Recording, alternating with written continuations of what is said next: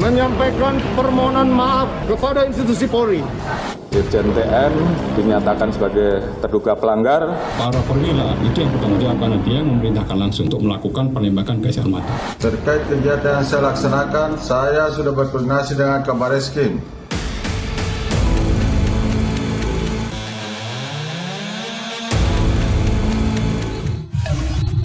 Tahun 2022 menjadi tahun yang berat bagi kepolisian negara Republik Indonesia. Bagaimana tidak, Polri bak diterjang persoalan yang tak kunjung reda. Polisi yang seharusnya jadi pengayom malah membuat masyarakat resah. Mulai dari kasus pembunuhan berencana Brigadir Yosua, Teddy Minahasa yang terlibat narkoba, tragedi Kanjuruhan yang menelan ratusan korban jiwa, hingga nama Ismail Bolong yang mencuat dalam kasus tambang batu bara. Dan inilah sederet terpaan badai di tubuh Polri sepanjang 2022.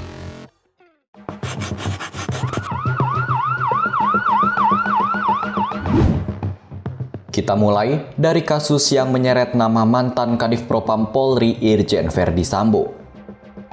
Pada 8 Juli 2022, Nofriansyah Yosua Huta Barat alias Brigadir J yang merupakan ajudan Verdi Sambo tewas di Duren 3, Jakarta Selatan yang tak lain adalah rumah atasannya sendiri.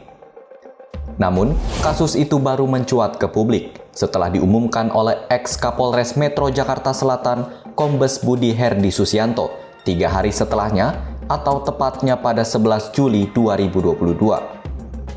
Saat itu, Budi menyatakan bahwa Yosua tewas karena terlibat baku tembak dengan sesama ajudan, yakni Richard Eliezer Pudihang Lumiu alias Baradae.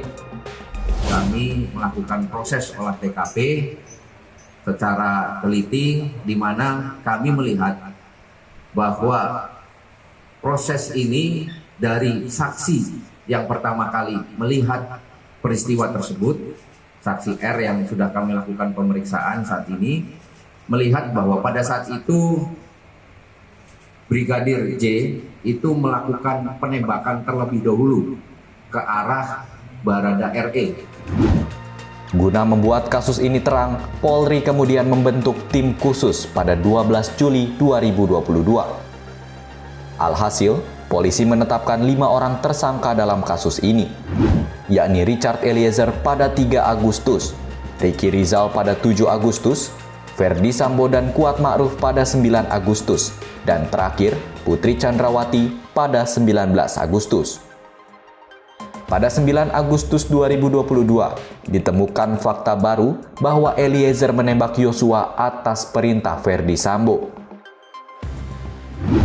Ditemukan perkembangan baru bahwa tidak ditemukan, saya ulangi, tidak ditemukan fakta peristiwa tembak menembak seperti yang dilaporkan. Hingga saat ini, persidangan demi persidangan kasus kematian Brigadir Yosua masih bergulir. Kelima terdakwa masih saling sangkal soal peristiwa penembakan hingga pelecehan seksual. Meski kelimanya telah menjalani tes poligraf atau uji kebohongan, namun masih saja ada yang ditutup-tutupi.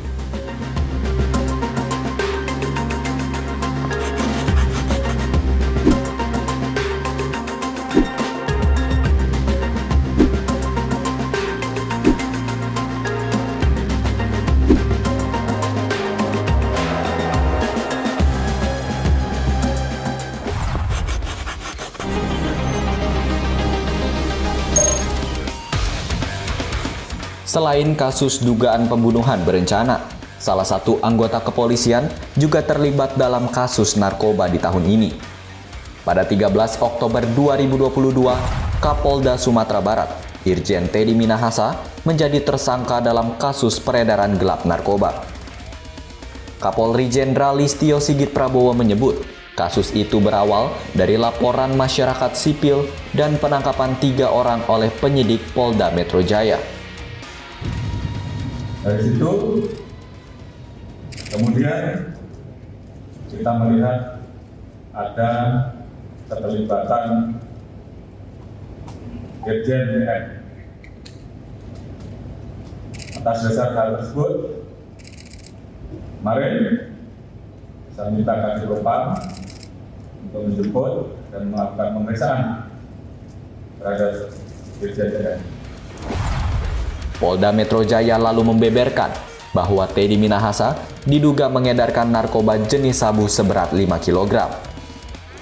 3,3 BB yang kita amankan, 3,3 kg BB sabu yang kita amankan, dan 1,7 kg sabu yang sudah dijual oleh saudara DG yang telah kita tahan dan diedarkan di Kampung Bahari.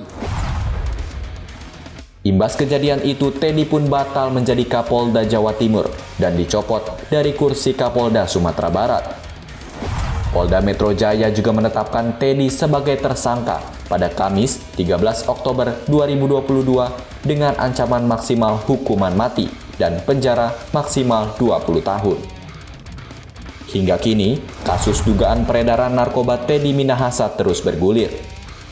Kapolri meminta pihak polisi yang bersangkutan untuk terus melakukan pemeriksaan agar dapat diproses dengan ancaman hukuman.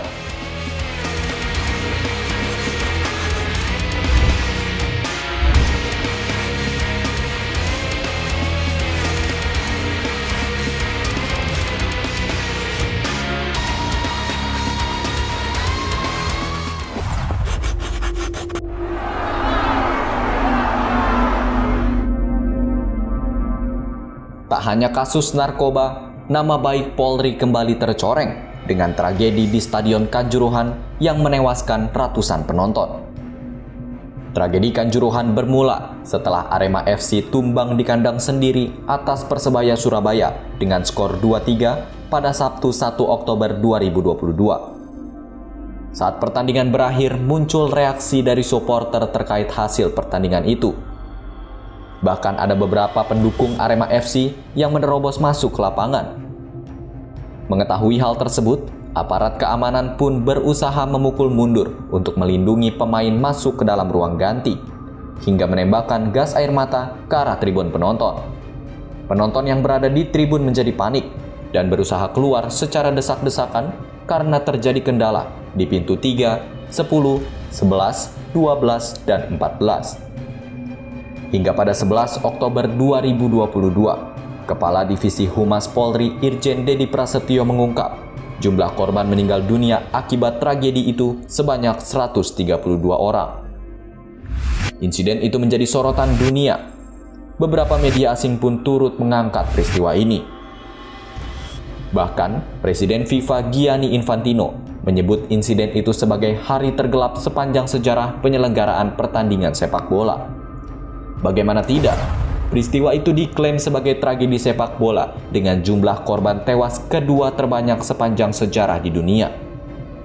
Sementara itu, Presiden Jokowi mengatakan bahwa sepak bola Indonesia tidak dikenakan sanksi oleh FIFA. Berdasarkan surat tersebut, alhamdulillah sepak bola Indonesia tidak dikenakan sanksi oleh FIFA. Pada 6 Oktober 2022 malam, Kapolri Jenderal Listio Sigit Prabowo juga menetapkan 6 orang sebagai tersangka akibat peristiwa itu. 6 tersangka tersebut diantaranya Ketua Panpel Arema FC, Direktur PT LIB, Security Officer, Kabagops Polres Malang, Brimob Polda Jatim, dan Kasat Samapta Polres Malang. Para tersangka dijerat pasal 359 dan 360 KUHP tentang kelalaian yang menyebabkan kematian, serta pasal 103 jangto pasal 52 Undang-Undang Republik Indonesia Nomor 11 Tahun 2022 tentang keolahragaan.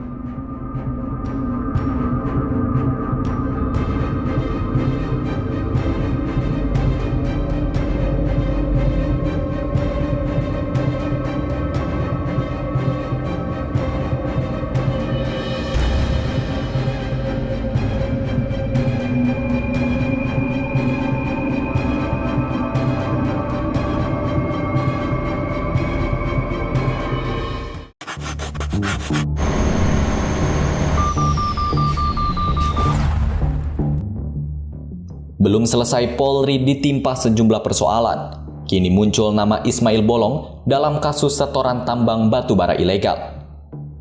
Ismail yang merupakan mantan anggota kepolisian di Samarinda itu awalnya membuat sebuah video pengakuan. Dalam video itu, Ismail mengaku bahwa dirinya menyetorkan uang 6 miliar rupiah ke Kabareskrim Polri Komjen Agus Andrianto untuk proyek tambang ilegal. Ia mengaku bekerja sebagai pengepul batu bara dari konsesi tanpa izin di Kalimantan Timur. Ismail menyebut dirinya berkoordinasi dengan seorang perwira tinggi Polri dengan menyetor uang sebesar 2 miliar rupiah sebanyak 3 kali, yakni sejak September hingga November 2021. Namun, setelah video tersebut viral, Ismail justru menarik pernyataannya. Ia membuat video klarifikasi dan meralat pernyataannya sendiri yang menyebut pernah memberikan uang kepada Komjen Agus. Dalam video klarifikasinya, Ismail mengaku mendapat tekanan dari Hendra Kurniawan yang saat itu menjabat sebagai Karopaminal Divisi Propam Polri. Dalam hal ini klarifikasi, saya nggak pernah memberikan uang kepada Kabareskrim, apalagi pernah saya ketemu Kabareskrim. Nah, waktu itu ditelepon sama Pak Hendra berapa kali? Saya ditelepon 3 kali melalui HP, salah satu HP Paminal Mabes. Kamu harus baca bikin testimoni katanya. Ya. Saya tidak bisa bicara pasal itu. Pasal di Polda pada saat itu Polda. Akhirnya pindah di hotel. Di hotel sudah ada kertas. Sudah ada kertas untuk membaca. Isinya itu. Isinya itu.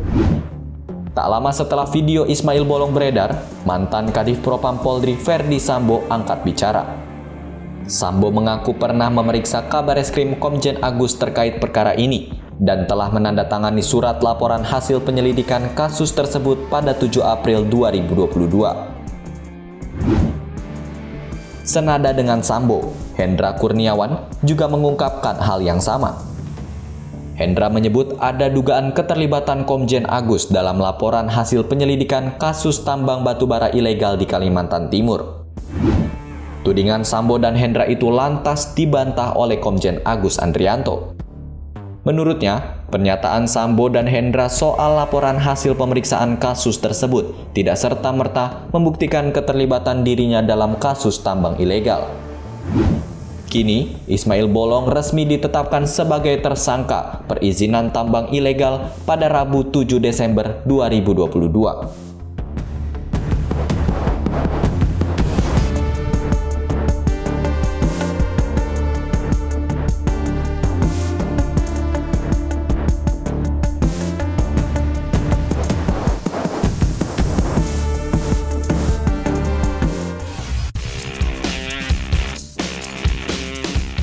Sederet kasus di atas menjadi catatan penting bagi institusi Polri. Dengan sejumlah peristiwa ini, semoga Polri cepat berbenah diri. Sekian ulasan seputar badai di tubuh Polri. Saksikan kaleidoskop menarik lainnya hanya di kompas.com, jernih melihat dunia.